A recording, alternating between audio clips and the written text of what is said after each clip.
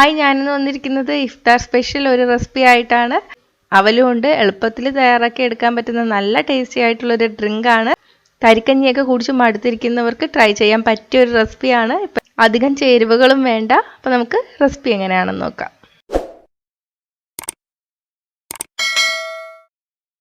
ഇത് തയ്യാറാക്കാൻ വേണ്ടിയിട്ട് ആദ്യം ഒരു പാനിലോട്ട് നമുക്ക് നെയ്യ് ചൂടാക്കി എടുക്കാം.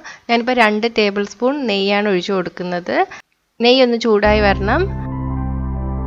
നെയ്യ് ചൂടായിട്ട് വന്നിട്ടുണ്ട്. ഇതിലോട്ട് നമുക്ക് 10 അണ്ടിപ്പരിപ്പ് ചേർത്തിട്ടൊന്ന് നിറം മാറുന്നവരെ വറുത്തെടുക്കാം. ഇത് ഓപ്ഷണലാണ്, ഉണ്ടെങ്കിൽ ചേർത്താൽ മതി കേട്ടോ. അപ്പോൾ ഇതിൻ്റെ നിറം മാറി വന്നിട്ടുണ്ട്. നമുക്കിത് കോരി മാറ്റാം. ഇനി ഇതിലോട്ട് 1 ടേബിൾ സ്പൂൺ ഉണക്കമുന്തിരി കൂടി ചേർത്ത് കൊടുക്കുകയാണ്.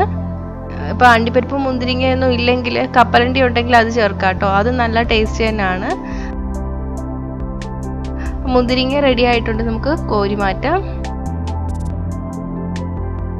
തീ സിമ്മിലോട്ട് ഇട്ട് കൊടുക്കുക. ഇനി ഇതിലോട്ട് ഞാൻ 1/2 കപ്പ് അവല് ചേർത്ത് കൊടുക്കുകയാണ്. ഞാൻ എടുത്തിരിക്കുന്നത് 240 ml ഗ്ലാസ് ആണ് കേട്ടോ. നിങ്ങൾ ഏത് ഗ്ലാസ് ആണോ എടുക്കുന്നത് ബാക്കി എല്ലാ ചേരുവകളും ആ ഗ്ലാസ്സിൽ തന്നെ അളന്നെടുക്കുക. അവലൊന്ന് നിറമാറി വരണം. കുറച്ച് ക്രിസ്പി ആയിട്ട് വരുന്നവരെ നമുക്ക് വറുത്തെടുക്കാം. കരിഞ്ഞു പോവരുത്. കുറച്ച് കട്ടിയുള്ള അവലാണ് കേട്ടോ ഞാൻ എടുത്തിരിക്കുന്നത്. നൈസായിട്ടുള്ള അവൽ എടുത്താലും കുഴപ്പമൊന്നുമില്ല. വെള്ളയോ ബ്രൗണോ ഏത് വേണമെങ്കിലും എടുക്കാം.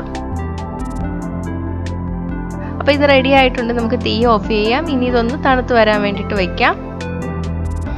അവർ തണുത്ത് വന്നിട്ടുണ്ട്. ഇതിലോട്ട് ഞാൻ 5 അണ്ടിപ്പരിപ്പ് കൂടി ചേർത്ത് കൊടുക്കുകയാണ്. ഇതും ഓപ്ഷണലാണ്, ഉണ്ടെങ്കിൽ മാത്രം ചേർത്താൽ മതി. കപ്പലണ്ടി ഉണ്ടെങ്കിൽ 1/4 കപ്പ് കപ്പലണ്ടി ചേർത്താലും മതി. ഇപ്പോൾ ചേർത്തില്ലെങ്കിലും കുഴപ്പമൊന്നുമില്ല. ചേർത്താൽ കുറച്ചും കൂടി ടേസ്റ്റ് വരും, അത്രേ ഉള്ളൂ. ഇനി നമുക്കിതൊന്ന് തരിതരിപ്പായിട്ട് പൊടിച്ചെടുക്കാം. ഞാൻ മിക്സിയുടെ ചെറിയ ജാറിലിട്ടിട്ട് തരിതരിപ്പായിട്ട് പൊടിച്ചെടുത്തിട്ടുണ്ട്. അധികം നൈസായിട്ടും അല്ല, നിങ്ങൾക്ക് കാണാൻ പറ്റുന്നുണ്ടല്ലോ. അപ്പോൾ ഇതുപോലെ പൊടിച്ചെടുത്തിട്ടുണ്ട്. ഇനി നമുക്കിത് മാറ്റി വയ്ക്കാം. ഇനി നമുക്ക് 2.5 കപ്പ് പാല് തിളപ്പിച്ചെടുക്കണം.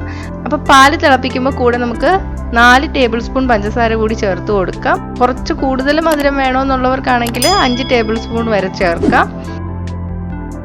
ഇനി നമുക്ക് ഇതിലോട്ട് പൊടിച്ചു വെച്ചിരിക്കുന്ന അവല് കൂടി ചേർത്ത് കൊടുക്കാം. ഒന്ന് മിക്സ് ചെയ്ത് കൊടുക്കാം. കട്ടയില്ലാതെ മിക്സ് ചെയ്തെടുക്കണം കേട്ടോ. അപ്പം മിക്സ് ചെയ്തെടുത്തിട്ടുണ്ട്. ഇനി നമുക്കിതിലോട്ട് 1 കപ്പ് വെള്ളം കൂടി ചേർത്ത് കൊടുക്കാം.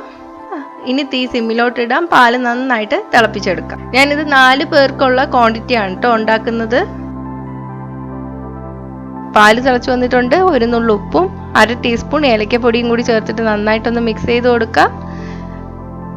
തീ ഓഫ് ചെയ്യാം.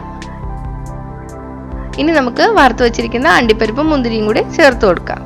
ഇളക്കി കൊടുക്കാം. അപ്പം ഇത്രയേ ഉള്ളൂ, നമ്മുടെ ഡ്രിങ്ക് തയ്യാറായിട്ടുണ്ട്. ഇനി നമുക്ക് സെർവ് ചെയ്യുന്ന ഗ്ലാസ്സിലോട്ട് ഒഴിച്ചു കൊടുക്കാം. ഇത് ചൂടായിട്ട് വേണമെങ്കിലും അല്ലെങ്കിൽ തണുപ്പിച്ചിട്ട് വേണമെങ്കിലും കുടിക്കാം. രണ്ടും നല്ല ടേസ്റ്റി തന്നെയാണ്.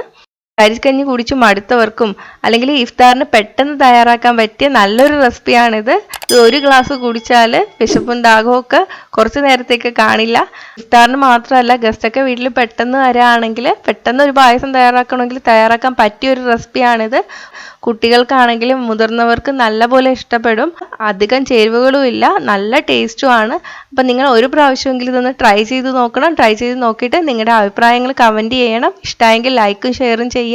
ഇഷ്ടപ്പെട്ടില്ലെങ്കിൽ ഡിസ്ലൈക്കും ചെയ്യുക. അപ്പോൾ കൂടുതൽ റെസിപ്പികൾക്കായിട്ട് ചാനൽ സബ്സ്ക്രൈബ് ചെയ്യാൻ മറക്കല്ലേ. അപ്പോൾ അടുത്തൊരു റെസിപ്പിയായിട്ട് കാണാം. ബൈ.